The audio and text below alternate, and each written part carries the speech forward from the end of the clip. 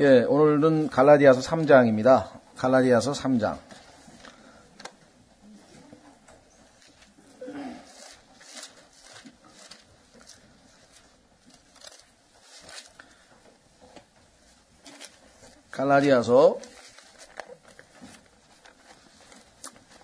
갈라디아서의 그 3장, 4장 이렇게 합치면 아마 총 60절이 되죠. 69절인데요. 아주 상당히 뭐랄까 강력한 어투로 굉장히 지금 강한 어투로 그다음에 좀 질책하는 내용도 들어있고요. 왜냐하면은 지금 이 갈라디아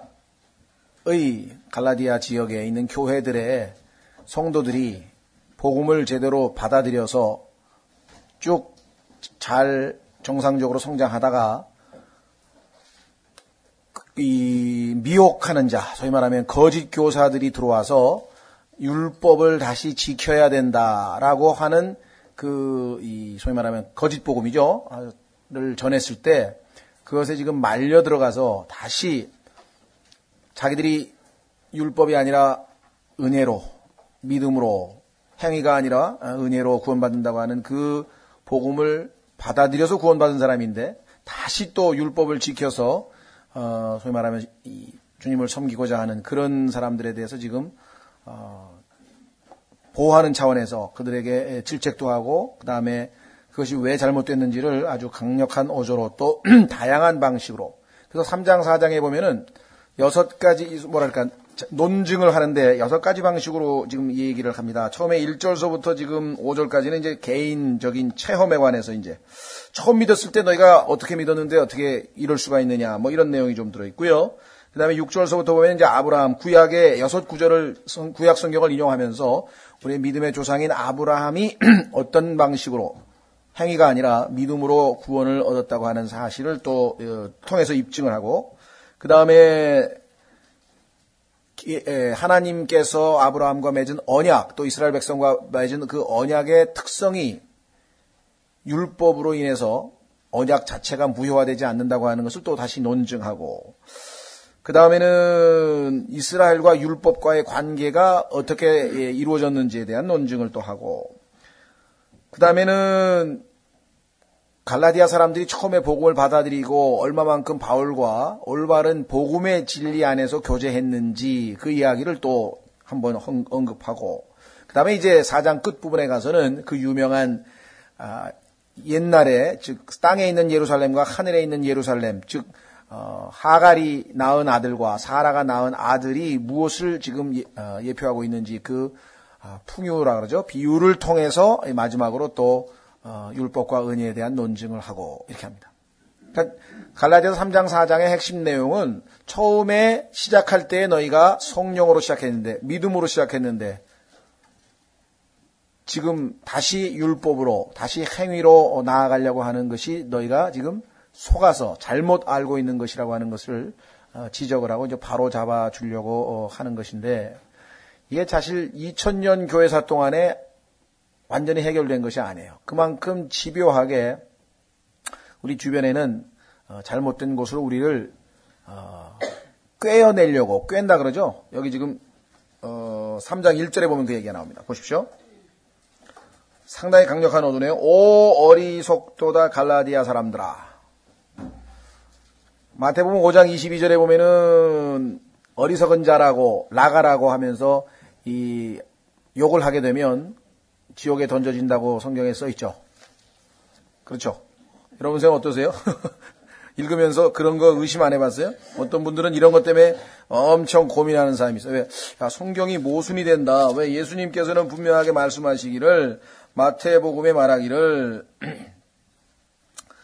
나는 너희에게 이르노니 누구든지 아무 까닭 없이 자기 형제에게 화를 내는 자는 심판의 위험에 처하게 되고 누구든지 자기 형제에게 라가가 이제 욕이죠. 라가하고 아람어입니다. 그러니까 히브리어 아람어라 그러죠. 언어인데 라고 하고 말하는 자는 공회의 위험에 처하게 되거니와 누구든지 너 어리석은 자여 하고 말하는 자는 지옥불의 위험에 처하게 되리라. 그러면 바울은 너 어리석은 자여, 어리석도다 갈라디아 사람들아 얘기했고, 예수님께서도 어리석은 자여 하고 그런 얘기 많이 했고, 또 화도 내셨고, 성경이 모순되는 겁니까? 그렇죠. 그런데 왜 이 문제가 생기냐면요. 예수 그리스도께서 하신 말씀에는 뭐가 들러붙어 있냐면은 까닭 없이, 아무 까닭 없이 그런 짓을 하면 그러는 거예요. 근데 까닭이 있으면, 이유가 있으면 화를 내도 내야 되고, 당연히. 그렇죠? 그래서 지금 개역 성경은요, 이 까닭 없이, 아무 까닭 없이라고 하는 말을 삭제시켜 놨어요. 그래서 그냥 그걸 읽으면 굉장히 괴로운 거예요. 여러분 성질함, 화 한번 내보세요. 화를 내는 자는 지옥에 간다고 써 있잖아요. 그러니 얼마나, 그래서 실제로 뭐 좀 성격이 덜렁덜렁한 사람은 그냥 넘어가지만 예민한 사람은 이거 읽고 그다음에 고민하는 거야. 큰일 났다 이게. 그죠? 화도 냈지 뭐 어리석은 자요 뭐 우리 삶에 있어서 해당되는 게 많잖아요. 까닭 없이라고 하는 말이 분명하게 들어가 있고, 그 다음에 심지어는 에베소서에 보면은 화를 내라고 돼 있어요. 그리스도인들을 보고 be angry. 화를 내되, 화를 내긴 내라 이거죠. 그러나 죄를 짓지는 말라. 그래서 해가 지기 전까지 그 화를 풀라 이 말이죠. 그래서 급히 화를 내지 말라고 이렇게 돼 있는 거죠. 오늘 그 얘기를 하려고 하는 건 아니고, 여기 지금 바울이 어리석도다 갈라디아 사람들아. 바울은 이 말 했다고 지옥 가는 거 아닙니다. 왜? 어리석은 사람에게 어리석도다고 했잖아요, 지금. 왜 어리석은가 보세요. 예수 그리스도께서 십자가에 못 박힌 것이 너희 가운데서 너희 눈앞에 분명하게 제시되었거늘.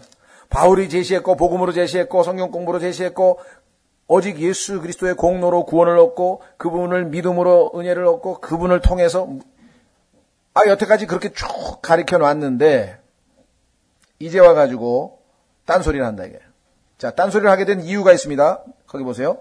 누가 너희를 꾀어 너희가 진리에 순종하지 못하게 하더냐. 진리에 순종하지 못하게 하더냐. 이 말도 다른 성경에서는 다 삭제시켜버렸어요. 빼버렸어요. 꾀는 것만 끝나는 게 아니에요. 꼬임을 받아서 빗나가는 것에 끝나는 게 아니라 결국 그렇게 되면은 하나님 말씀에 진리에 순종을 못하게 되어버리는 거거든요. 큰 일이, 심각한 일이 발생을 되는 거죠. 자, 여기서 지금 꿰다라고 하는 말이 있는데요. 꿰다. 이 꿰다라고 하는 말은 영어로 보면 더 쉬워요. 그게 무슨 소리냐? 여기 보면은 bewitched란 말이 있는데, witch라고 하는 말이 뭐냐면 이게 마술을 부리는 거거든. 여러분들 뱀 있잖아요. 뱀이 날아다니는 새가 날개를 가지고 있는데도요, 뱀한테 걸리면 꼼짝없이 잡혀먹어요. 왜 그런지 아세요? 뱀이 새의 눈을 쳐다보는 순간 새가 거기에 말려들면 그 눈에 넋이 빠져가지고 그냥 꼼짝없이 스탑이 멈추는 거예요. 우리가 최면에 걸리듯이. 그래서 이 단어가 바로 그거예요. 꼬임 받는데 어떤 식으로 하냐면 넋을 잃어버린 거야. 뱀이 나타나가지고 이브한테 딱 말을 거는 순간 이브가 넋이 나가버린 거예요. 그냥. 그 단어도 똑같아요. 그 구약 히브리어에 보면 최면에 걸렸다는 뜻이에요. 그래가지고 자기도 모르게 그냥, 그러면 이미 판단력이고 뭐고 다 사라져버린 거예요. 최면에 걸린 사람 시키는 대로 하잖아요. 종이 되어버리는 거잖아요. 그렇죠? 그래서 새가 날개가 있는데도 날아가질 못하고 그냥 잡혀먹는. 저도 그거 하나 배웠는데요. 여러분들 손으로 날아가는 잠자리를 제가 잡을 수 있거든요. 잠자리. 똑같은 방법이에요. 그 최면을 거는 거예요. 근데 최면을 어떻게 거냐면, 잠자리는 멀리서부터, 예를 들면 한 2m 정도 있잖아요? 그러면 여기서 원을 그려요. 손으로. 이렇게. 근데 점점 다가가는데, 잠자리는 이 돌아가는 그것 따라서 계속 눈알이 돌아가. 그래서 가까이 가서 그냥 날개를 툭 잡아도 가만히 있어요. 저는 여러 번 잡아봤어요. 실제로. 이 지금 갈라디아 사람들이 그냥 박사학위 한 주렁주렁 5개 달고 말이야, 멋진 사람이 그냥 촥 멋진 차 타고 딱 나가지고 내가 성경 가르쳐 준다고 와가지고 하면서 말이야, 십계명이 얼마나 위대한 거냐 하면서 이제 막 그 하나님이 천사를 통해서 주신 막 굉장하게 막 얘기를 해버리면은, 십계명 안 지키면 큰일 나네. 그래가지고 그냥, 그렇죠? 그런 대단한 집회, 무슨 아주 막 유명한 쟁쟁한 사람들이 와서 거기 집회에 가가지고 엉뚱한 소리 하는 거 가가지고. 많이 막 멋있는 사람이 얘기하는 거 듣다가 보니까 지금 우리나라에서 지금 초창기에 창조과학회라고 하는 것이 생겨나가지고 홈페이지를 개설했는데 그 홈페이지 창조과학회에서 개설된 그 홈페이지에 반대를 한 사람이 누군지 아신죠? 반대를 한 사람이 안 믿는 사람이나 무슨 진화론자들이 반대한 게 아니고 그리스도인들 중에서 유신론적 진화론자들이 있어요. 그게 무슨 소리냐? 성경에 보면 진화는 진화고 창조는 창조 아니에요. 근데 이 사람들은 그리스도인이긴 한데 과학을 우리가 무시할 수 없다 이거야. 그래서 어떻게 이 타협을 했냐면 하나님이 온 우주 만물을 창조해 놓고 그 다음에 손 뗐다 이거야. 그래서 그 다음부터 예를 들면 진화가 이루어졌다. 또는 하나님께서 진화를 직접 주도해서 이끌어서 하나님이 진화를 주장하셨다. 이런 내용들이에요. 그러니까 그 사람들은 뭐냐면 과학자들로부터도 비난 안 받고 창조론자 하나님의 말씀을 창조를 믿는 사람들로부터도 비난 안 받고 그 중간 노선을 취하려고 하는 사람이 창조과학자들이 진화는 완전히 잘못됐다는 것을 입증하는 홈페이지를 개설했더니 그냥 벌떼처럼 일어나가지고 달려들어서 결국은 폐쇄를 했다거든. 지금 다시 개설을 해서 왜 진화가 절대적으로 비과학적인가를 입증하는 자료를 많이 실어가지고 다시 또 이제 만들었어요, 사이트를.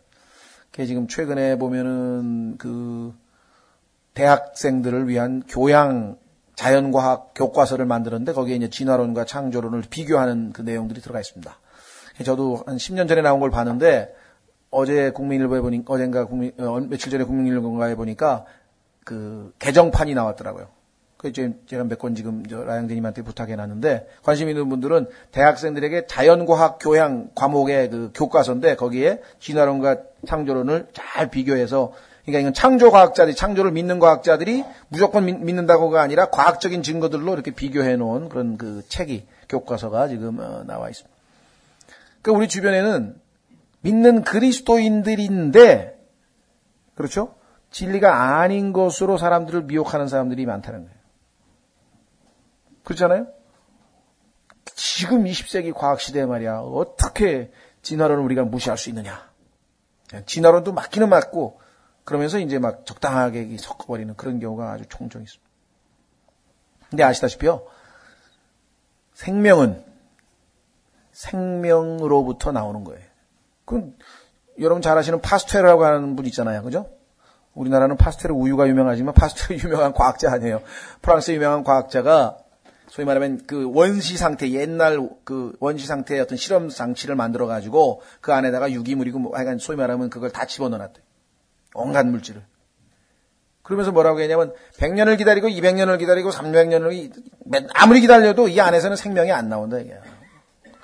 생명이 없는 것으로부터 생명이 나올 수가 없다 이게. 반드시 생명은 생명으로부터 나온다 이게. 근데 그 생명의 근원이 뭐냐 이게. 내가 곧 길이요 진리요 생명이라고 하신 하나님으로부터 생명이 시작되지 않고 생명으로부터 아닌 생명은 없다는 게 자연과학자들이 입증해 놓은 원칙 아니겠어요? 사실 진화론은 성립이 안 되는 거예요.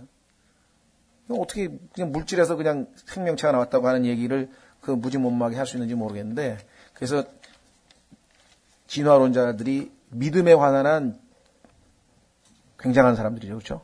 그걸 믿는 거예요. 생명이 아닌데도 생명이 나왔다는 것을 믿고 있으니까 얼마나 믿음이 크냐 이 말. 역설적으로. 자, 그래서 다시 돌아옵니다. 어리석도다 갈라디아 사람들아 예수 그리스도께서 십자가에 못 박히신 것이 너희 가운데 너희 눈앞에 분명하게 제시되었거늘 누가 너희를 꾀어 너희가 진리에 순종하지 못하게 하더냐. 자, 이 꼬였다고 하는 말 아주 중요합니다. 한번 듣다가 하다 보면 그냥 이 최면에 걸리듯이 그렇게 돼버렸다. 내가 너희에게서 다만 이것을 알고자 하느니 한 가지 우리말로 그런 거예요. 너희가 정말 그렇게 쉽게 속았어? 나 한 가지만 물어볼게. 이런 거 현대어로 하면 한 가지만 물어볼게. 뭐냐? 너희가 율법의 행위로 성령을 받았느냐? 믿음에 관하여 들음으로 받았느냐? 자, 너희가 지금 성령을 받았는데 그렇죠? 확인해 보겠습니다. 갈라디아서 4장 6절. 갈라디아서 4장 6절. 너희가 아들임으로 하나님께서 자신의 아들의 영을 너희 마음속에 보내사 아바 아버지 하고 부르짖게 하셨느니라.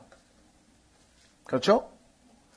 그러면 너희가 하나님께서 자신의 아들의 영을 너희에게 보내셨는데, 그러면 그거를 받을 때 너희가 어떻게 받았냐 이게? 율법의 행위로 받았냐? 믿음에 관하여 들음으로 받았냐? 분명하게 너희는 율법의 행위를 통해서 성령을 받은 게 아니라 예수 그리스도를 믿음으로, 하나님의 말씀을 듣고 믿음으로 말미암아 받지 않았느냐 이거죠. 그렇죠? 그런데 자, 너희가 영생을 얻고 거듭나고 성령을 받고 이 모든 것은 다 믿음으로 됐는데, 그 다음에 우리의 신앙생활도 어떻게 돼야 돼요? 계속해서 믿음으로 살아가야 되는 거 아니냐. 그런데 어떻게 믿음으로 안 살고 너희가 구원받을 때도 행위로도 구원 못 받은 그 행위로 다시 돌아가냐. 보세요. 여기 3절. 너희가 그렇게 어리석으냐. 너희가 성령 안에서 시작하였다가 이제는 육체로 완전해지고자 하느냐. 그렇죠? 시작은 성령으로 시작을 했어요. 성령께서 우리 안에 들어오시기 전에는 신앙생활이 시작이 안 된 거야. 생명이 주어지지 않은 거야. 거기서부터 출발이야. 그 출발은 지금 제대로 했어.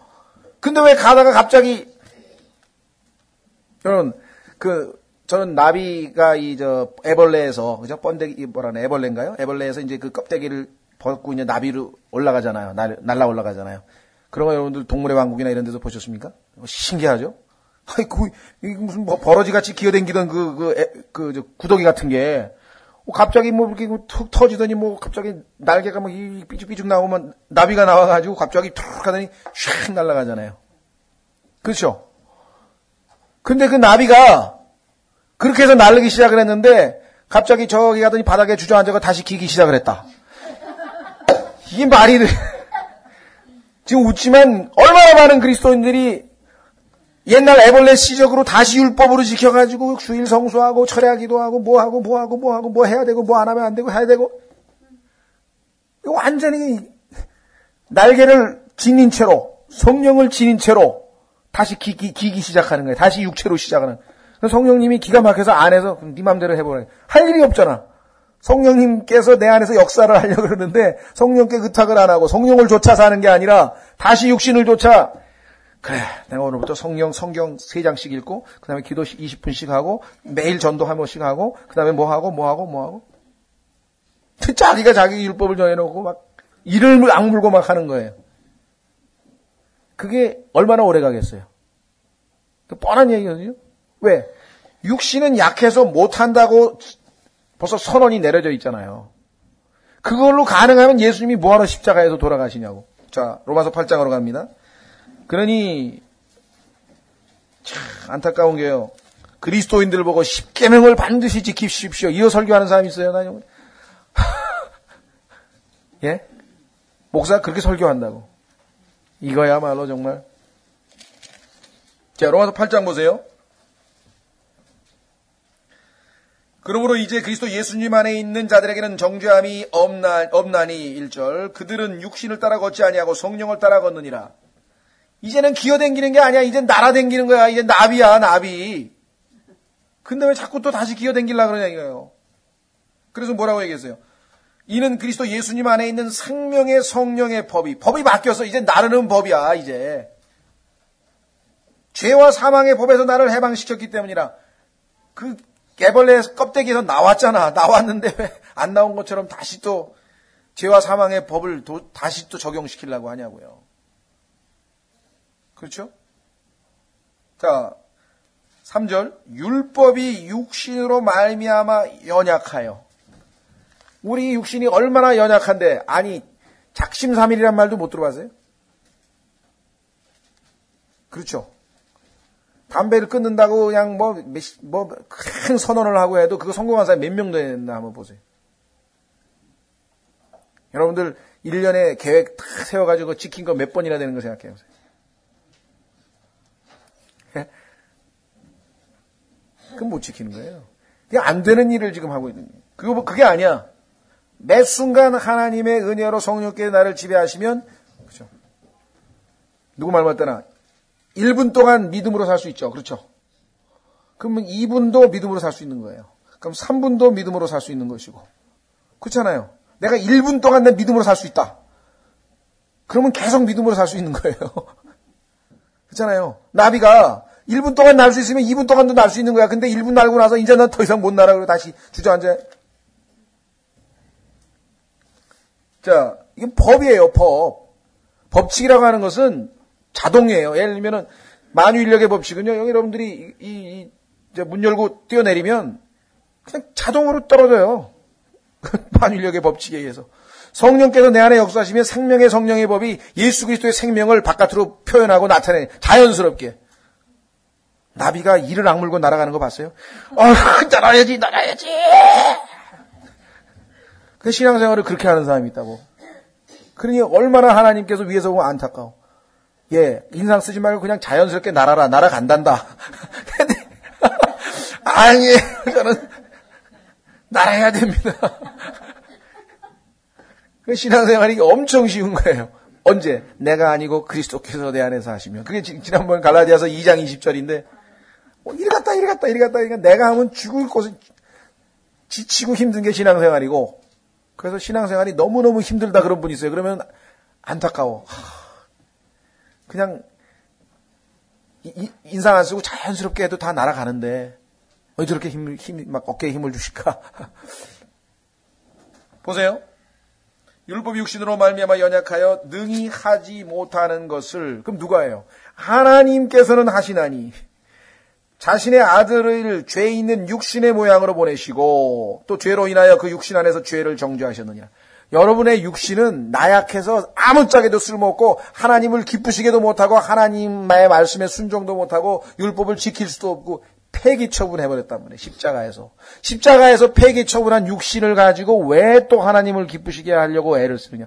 너는 어떻게 시작은 성령으로 했는데 아니 중간에 가다가 어떻게 다시 육체로 완전해지려고 하느냐. 그게 지금 거짓 교사들이 와가지고 지금 꼬여가지고 너를 속이는 거다 이 말이에요. 뒤에 보세요. 뭐라고 돼 있나? 4절. 이게 답이에요. 이것은 육신을 따라 걷지 아니하고, 이제 여러분과 저는 육신을 따라 걸을 필요, 왜 죽은 육신을 가지고 걸어요? 시체를 옆에다 끼고 왜 힘들게 가냐고. 그럼 어떻게 해요? 성령을 따라 걷는 우리 안에서. 이게 답이에요. 우리에 의해서 율법의 의가 이루어지는 게 아니야. 여보세요. 우리 안에서 율법의 의가 성취되게 하려 하심이라. 율법의 의는 누가 성취하셔요?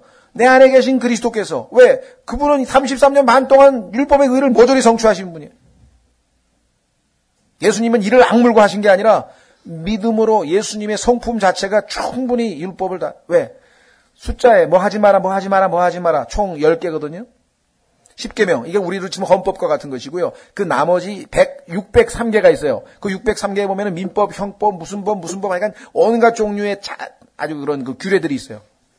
그 중에서 한 개만 어겨도 끝장이야.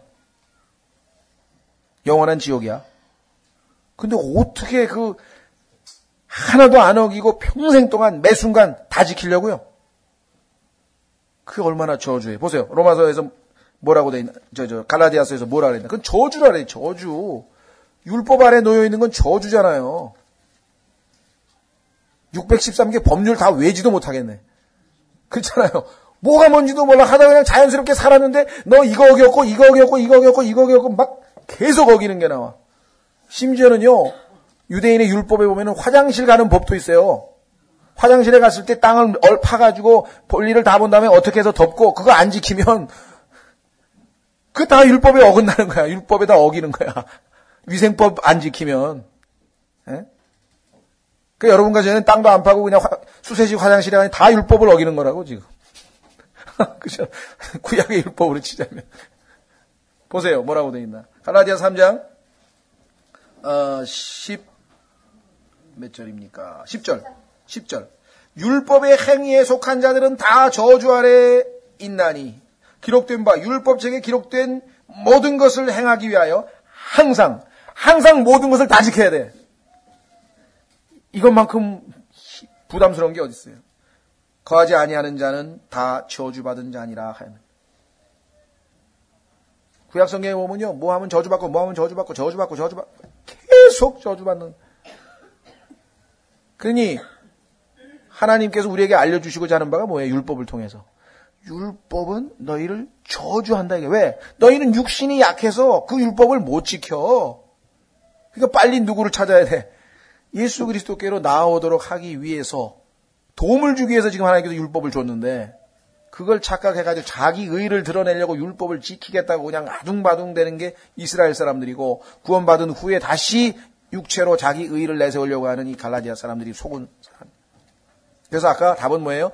우리 안에서, 너희 안에, 우리 안에서 율법의 의가 성취되는 거예요. In us, 영어로 하면 in하고 by하고 차예요.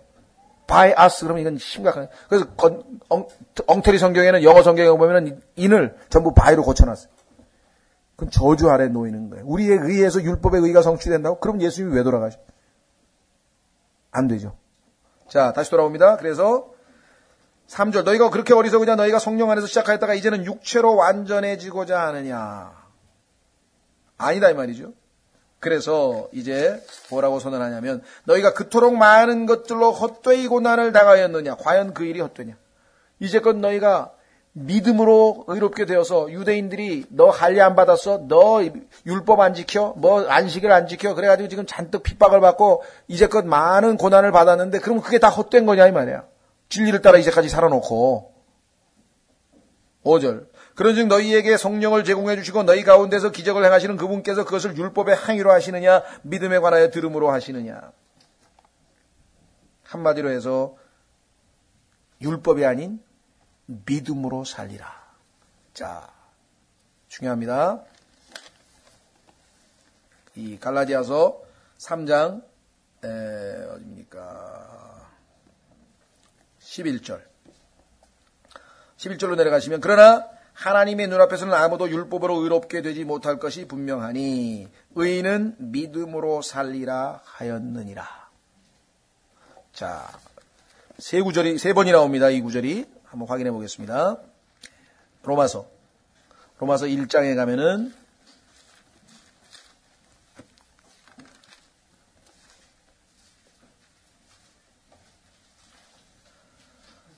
17절, 로마서 1장 17절, 복음에는 하나님의 의가 믿음에서 믿음까지 계시되어 있나니 이것은 기록된 바 의인은 믿음으로 살리라 함과 같으니라.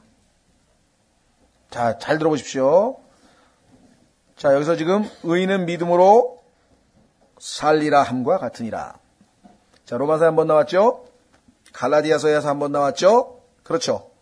그 다음에 자, 히브리서로 갑니다. 히브리서 10장에 한번 더 나와요. 왜냐하면 이게 그렇게 중요한 거예요.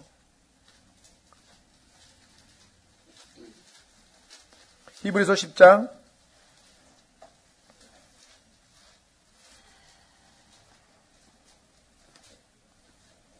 38절.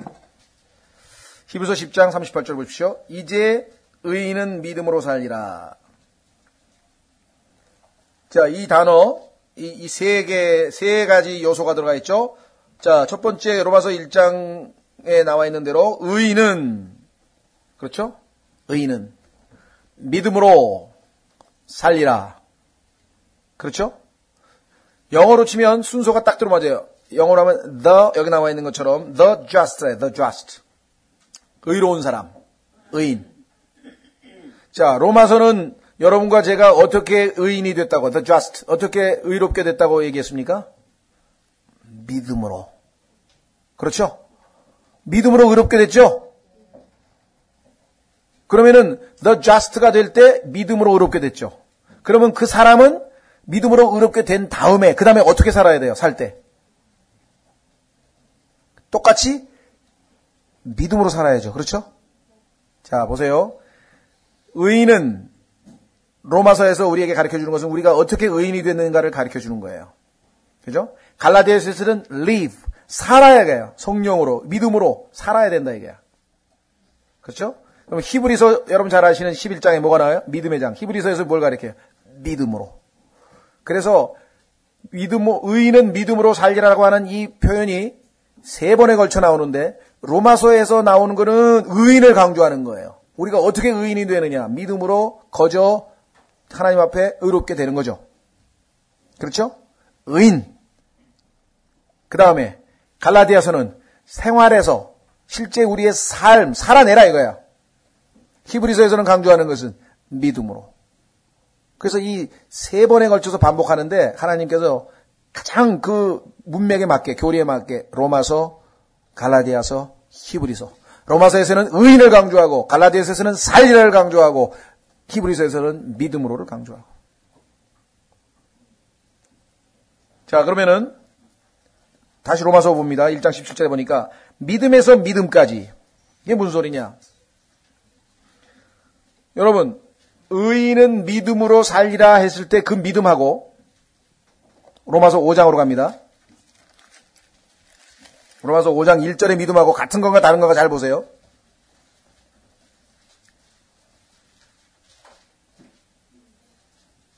로마서 5장 1절. 로마서 5장 1절. 그러므로 우리가 믿음으로 의롭게 되어. 자, 이 믿음하고 로마서 1장에서 의인은 믿음으로 살리라 하고 믿음하고 같은 믿음입니까? 다른 믿음입니까?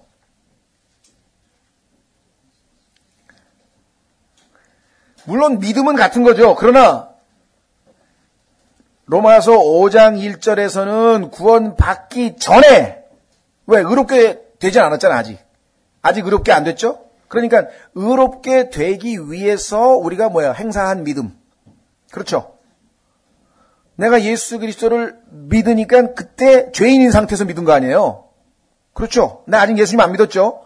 근데 예수님을 믿는 순간 내가 의롭게 돼서 구원받았잖아요. 그러니까 이런 거를 saving faith라 그래요. 구원을 가져다 주는 믿음이야.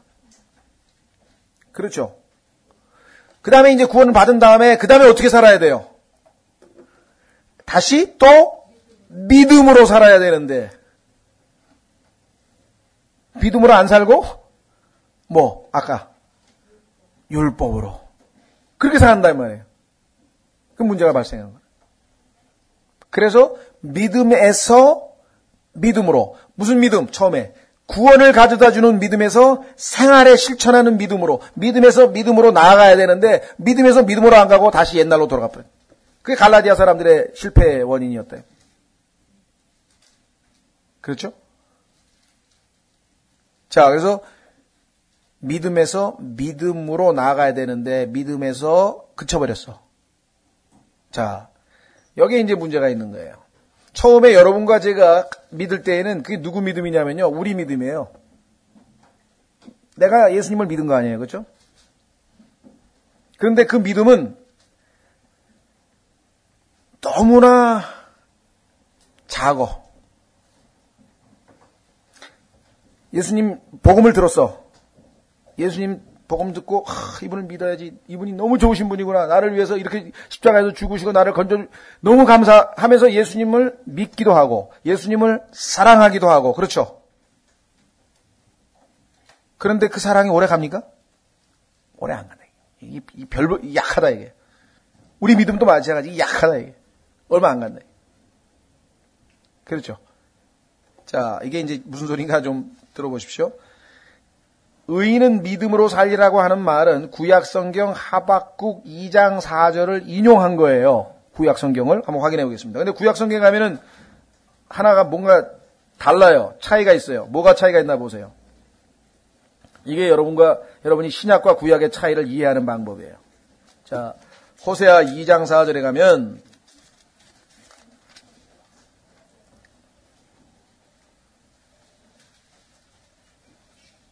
호세아라 그랬죠, 제가. 하박국이라 그랬는데, 네, 하박국이 맞습니다. 어쩐 내가, 하박국. 2장 4절. 하박국 2장 4절에 보시면요. 보라, 위로 높여진 자의 혼은 그 사람 속에서 곧바르지 아니하나. 교만한 거죠. 오직 의인은 자기 믿음으로 살리라. 아까하고 뭐가 차이가 있습니까? 의인은 누구 믿음이요? 자기 믿음. 이 믿음은 이 세상에 태어난 모든 인간들에게 하나님께서 다 나누어 주셨어요. 로마서 12장에 보면은 모든 사람에게 다 믿음의 분량이 있어. 그렇죠? 여러분들, 우리가 일상생활을 하면서 얼마나 많이 믿음을 행사합니까? 늘 말씀드리지만, 영등포 당산역 660번 저거 타면 우리 집에 가네. 믿으니까 타는 거예요. 그렇죠? 의자에 앉아 계신 거, 의자가 여러분을 받쳐줄 걸 믿으니까 지금 앉아 계신 거예요. 만약에 의심하기 시작하면 앉아 있을 수 있어요? 못 앉아 있다. 그렇죠. 지금 일상생활에서 우리가 불량한 나라지만 믿음을 엄청나게 행사하고 있어요. 근데 문제는 그 믿음을 누구에게 행사해야 되느냐? 예수님은 have faith in God. 그 믿음을 하나님 안에다 놓으라게. 예수 그리스도 안에다 놓으라. 예수 그리스도를 믿고 하나님을 믿으라게. 의자를 믿고 있고 지금 버스를 믿고 있고 믿고 있는 우리는 믿음이 있어요. 근데 그 믿음의 분량이 약해. 그래서 구약 시대는 his faith. 자기 믿음이야. 내가 내 믿음 가지고 사는 거야. 그런데 자, 신약 시대는 뭐냐? 우리의 믿음이 별 볼 일 없고 약하기 때문에 예수 그리스도를 믿는 순간에 아까 했죠. 믿음으로 의롭게 되는 그 순간에 하나님께서 우리에게 뭐예요? 믿음을 주신다 이 말이에요. 확인해 보겠습니다. 갈라디아서 2장 20절. 근데 그 믿음이 누구 거냐? 예수 그리스도의 믿음이라 이 말이에요. 그러니 예수 그리스도께서 가지고 계신 믿음이 얼마나 큰 믿음이냐 이게. 여러분과 제 안에 예수님을 믿을 때에 가지고 있었던 그 작은 사랑이 점점 더 커서 하나님의 사랑이 가슴에 가득하다. 어떻게 가능하냐? 우리 사랑이 아니고 하나님의 사랑이 우리 안에 넓게 퍼져 있다. 부어줬다. 하나님께서. 평화도 마찬가지. 예수 그리스도를 믿을 때 peace with God. 하나님과 화평을 누렸어. 내가 이제 내 평안이야. 하나님과 나하고 평안해. 그런데 조금 가다가 죄를 몇 번 짓고 나니까 불안해지기 시작하는 거야. 평화가 얼른 사라져버렸어.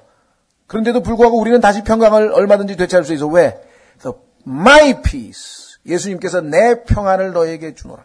그 예수님이 가지고 계신 평안이 내 안에 머물러 있기 때문에 그게 가능한 거예요. 기쁨도 마찬가지. 예수님 믿을 때 얼마나 기뻤어요. 그런데 조금 지나면 기쁨 다 사라진다고. 냉랭해지고. 주의 기쁨이 우리의 strength, 힘이라. 주님이 주시는 기쁨이 내 안에 있으면 우리가 힘이 넘치는 거예요. 우리 기쁨은 알량하게 쬐끔 가다가 그냥 픽 식어버린다. 보세요. 갈라디아서 2장 20절에 뭐라고 얘기했습니까? 그래서 중요한 거야. 하나님의 아들의 믿음이야. 그분의 믿음으로 사는 거야. 갈라디아서 2장 20절. 내가 그리스도와 함께 십자가에 못 박혀 있으나 그럼에도 불구하고 사노라. 그러나 내가 아니요 그리스도께서 내 안에 사시느니라. 나는 지금 내가 육체 안에서 사는 삶을 나를 사랑하사 나를 위해 자신을 주신 하나님의 아들의 믿음으로 사노라. 옛날 성경에는 하나님의 아들을 믿는 믿음으로 다 고쳤잖아요. 그게 지금 영어의 전치사 in과 of를 구분 못해서 그렇다. 개혁성경도 하나님의 아들을 믿는 믿음으로 산다 그랬어요. 전부 다. 그러면 누구 믿음이냐? 전부 내 믿음으로 생각하는 거야. 그럼 메가리가 없어. 힘이 없잖아. 예수님의 믿음은요. 폭풍우가 몰아치는데도 편안히 하나님을 믿으니까. 요번에 뭡니까 성령의 열매 16번이 바로 그 내용이에요. 제가 지금 말씀드리고 있는 내용이 거기 내용이 나와요. 믿음. 어떤 믿음이냐. 예수님께서 제자들 보고 건너가자 그랬대요. 그죠? 건너가자. 그럼 배를 타고 가는데 폭풍우가 몰아쳐가지고 파도가 막 물 안에 다 들어와서 다 죽게 생겼어. 쥐야! 우리 다 죽게 생겼습니다.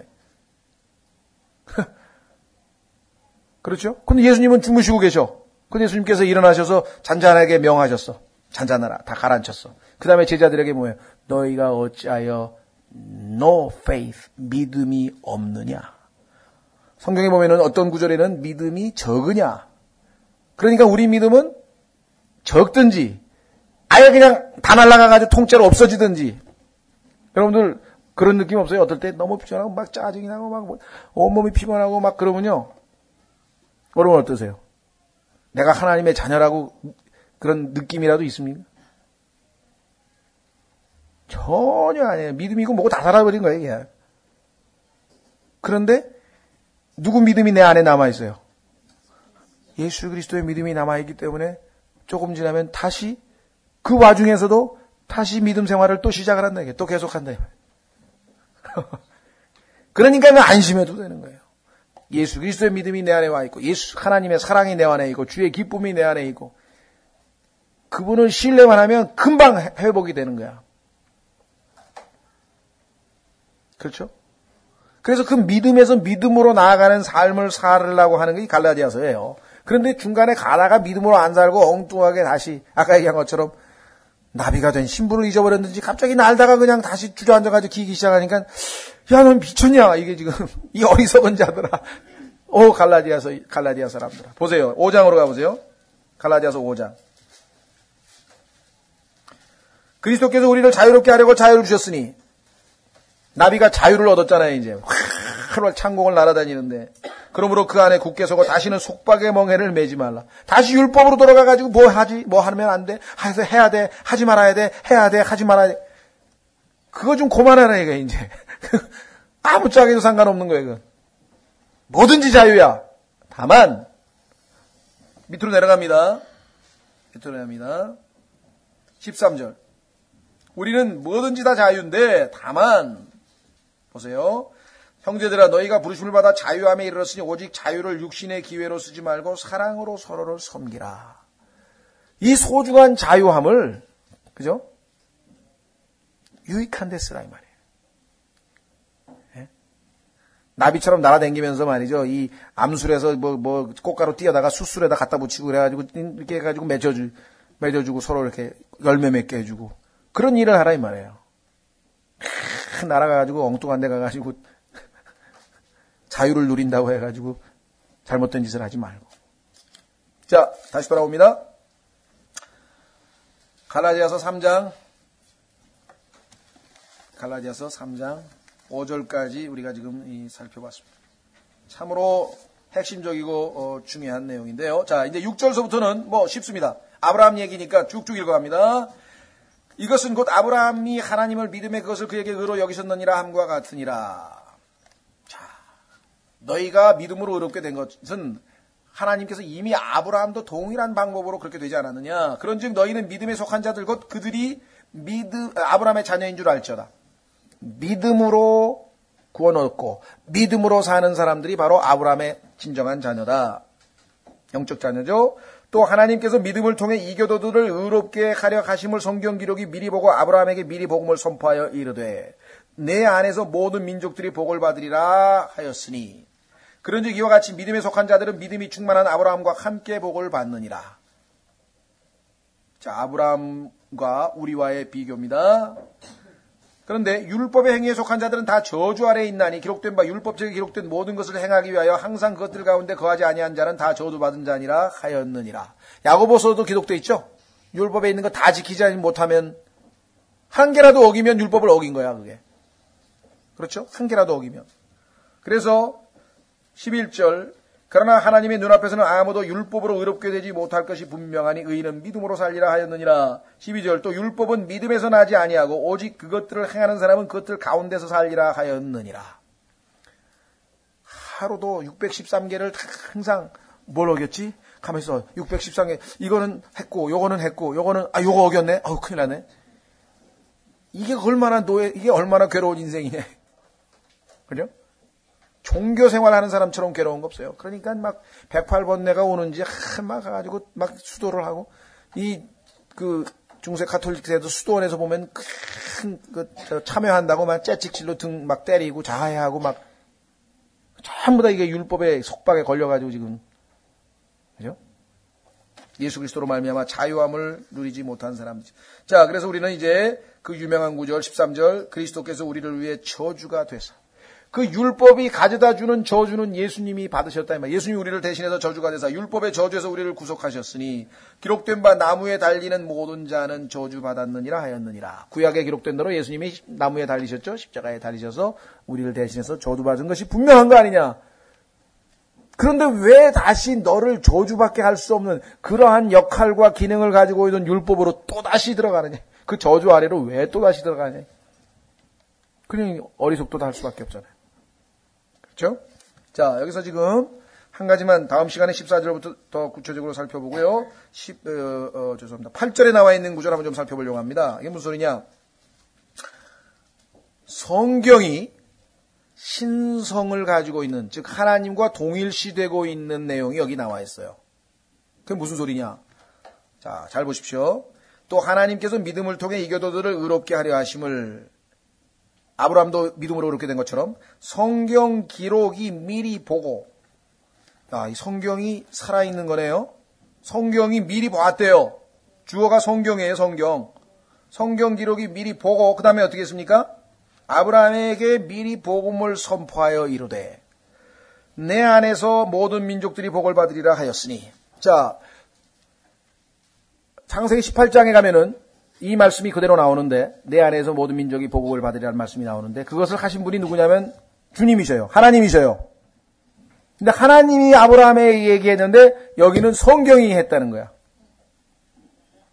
그럼 어떻게 된 거야?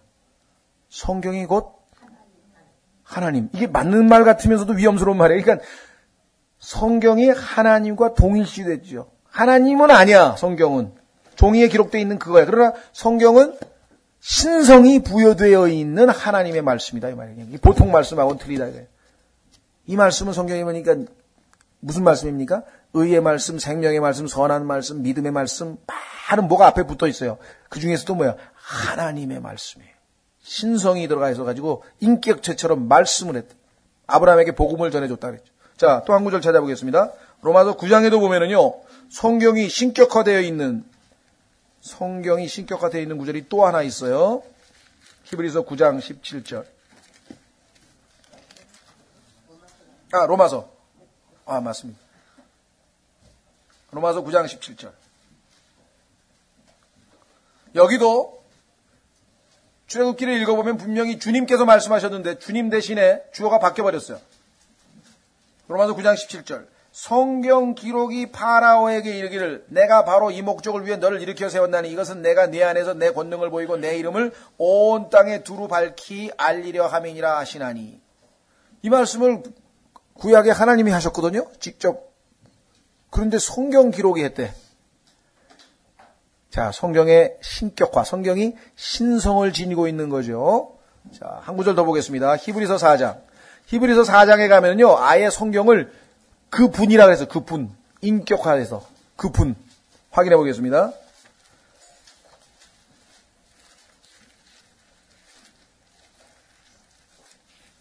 히브리서 4장.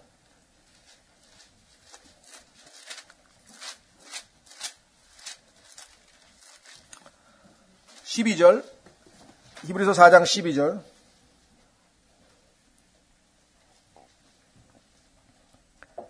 하나님의 말씀은, 주어가 하나님의 말씀입니다. 살아있고 권능이 있으며 양날 달린 어떤 검보다도 예리하여 혼과 영과 및 관절과 골수를 찔러 둘로 나누기까지 하고 또 마음의 생각과 의도를 분별하는 분이시니. 가만히 있어봐. 이게 말씀인데 분이라 그랬죠? 말씀은 분이시니. 그분의 눈앞에서 자, 성경을 의인화했죠? 그분의 눈앞에서 드러나지 아니하는 피조물이 하나도 없고 모든 것이 우리와 상관하시는 그분의 눈에 벌거벗은 채 드러나 있느니라. 하나님의 말씀이 성경에 보면 야고보서에 거울로 되어 있죠? 하나님의 말씀이 지금 뭐냐면 그 앞에서는 우리가 있는 모습 그대로 다 드러나는 거예요. 그냥 속일 수가 없어. 하나님 말씀이 나를 쫙 비치면 내 속에 그 무의식까지 저 안에 깊은 곳까지 다 쫙 투사가 돼가지고 보세요. 그런 어디 갔어요? 13절. 그 분이라 그랬죠. 12절. 그 분이라 그랬죠. 분별하는 분이라 그랬죠. 그렇죠? 그러니까 12, 13절에 따르면 하나님의 말씀이 인격화되어 있죠.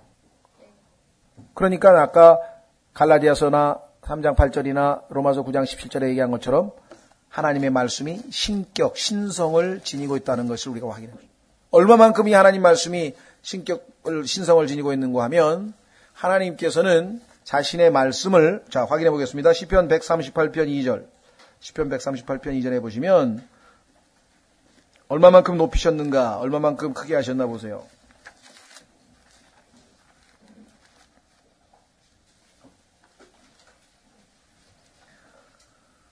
시편 138편 1절 2절 내가 온 마음으로 주를 찬양하며 신들 앞에서 노래로 주를 찬양하리이다. 내가 주의 거룩한 전을 향해 경배하며 주의 인자하심과 주의 진리로 인하여 주의 이름을 찬양하리니 주께서 주의 말씀을 주의 모든 이름 위로 크게 하셨나이다. 보셨어요? 주님의 이름이 찬양받잖아요, 여기서 지금. 그러면 주님의 이름은 온 우주에서 가장 높으신 이름이죠. 빌립보서 2장에 모든 무릎이 그분의 예수라는 이름 앞에 무릎을 꿇고 주라고 고백할 거라 그랬죠. 그럼 온 우주에서 가장 높으신 이름이 주님의 이름인데 그 주님 이름들, 그 많은 임마누엘, 예수, 여호와 그 이름들 위에다가 하나님의 말씀을 더 크게 하셨다. 얼마만큼 하나님께서 하나님의 말씀을 높이 평가하시는가 한번 생각해 보시라. 그렇죠? 여러분과 제가 손에 들고 다니는 이 성경책이라고 하는 것이 이게 엄청난 거예요. 하나님께서 자신의 모든 이름들 위에 이 말씀을 더 위에다 올리셨다. 그리고 이 기록된 말씀들은 우리는 지금 책에 들고 있지만 성경에 보니까 시편에 보니까 하늘들에 지금 뭐예요? 다 기록돼 있어요. 써 있어요. 그리고 천지는 하늘과 땅은 없어지겠으나 내 말들은 없어지지 아니하리라. Pass away. 없어지지 않아. 영원토록 그 말씀을 지금 여러분과 제가 공부할 수 있고 읽을 수 있고 암송할 수 있고 그 말씀을 통해서 하나님께서 모든 우리에게 주시고자 하는 좋은 것들과 축복을 주시는 거예요. 이 말씀으로 빛이 있으라 할 때 빛이 이 말씀으로 우주 만물을 창조하신 그 말씀이에요. 생명의 말씀, 은혜의 말씀. 예? 그러니까 성경에 대해서 그리스도인들조차도 이 하나님께서 평가하시는 만큼의 평가를 잘 못하고 있어요. 여기 성경에서 하나님과 동일시되도록 성경 기록에서 누차 반복하고 모든 이름들 위에 더 크게 하셨다고 이야기를 하셨죠. 그렇죠? 예, 요한복음 1장 1절에 그렇죠. 말씀이라고 그러죠. 그러니까 성경에 보면은 말씀이 하나님 예수 그리스도가 말씀인데 요한 1서 5장 7절에도 하늘에서 증거하시느니 아버지 말씀 성령 그렇잖아요. 그런 것처럼 말씀이라고 했을 때 우리말로 굵은 글씨로 영어로는 대문자로 써요. W자를. 그러면 그것은 예수 그리스도야. 그렇죠? 말씀이 육신이 되사 할 때 그 말씀이야. 대문자. 그 다음에 말씀이 소문자로 돼 있으면 성경책을 얘기하는 거예요. 집합적으로 말씀. 이게 지금 시편 138편 2편에 나와. 이 말씀을 높이신 거야. 그런데 이 말씀은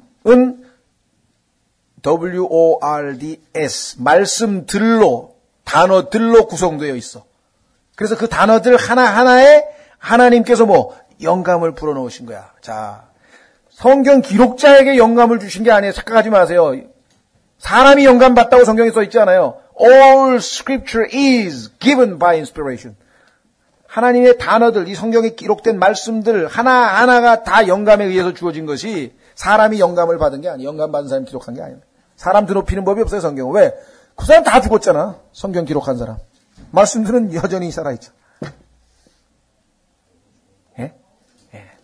다음 시간에 계속해서 이 하나님의 말씀이 신성을 지닌 말씀이요. 하나님과 동일시되고 그 이름들 위에 높인 그렇게 하나님이 우리가 들고 있는 이 성경책을 이 말씀을 높이신다는 것. 다 같이 일어나셔서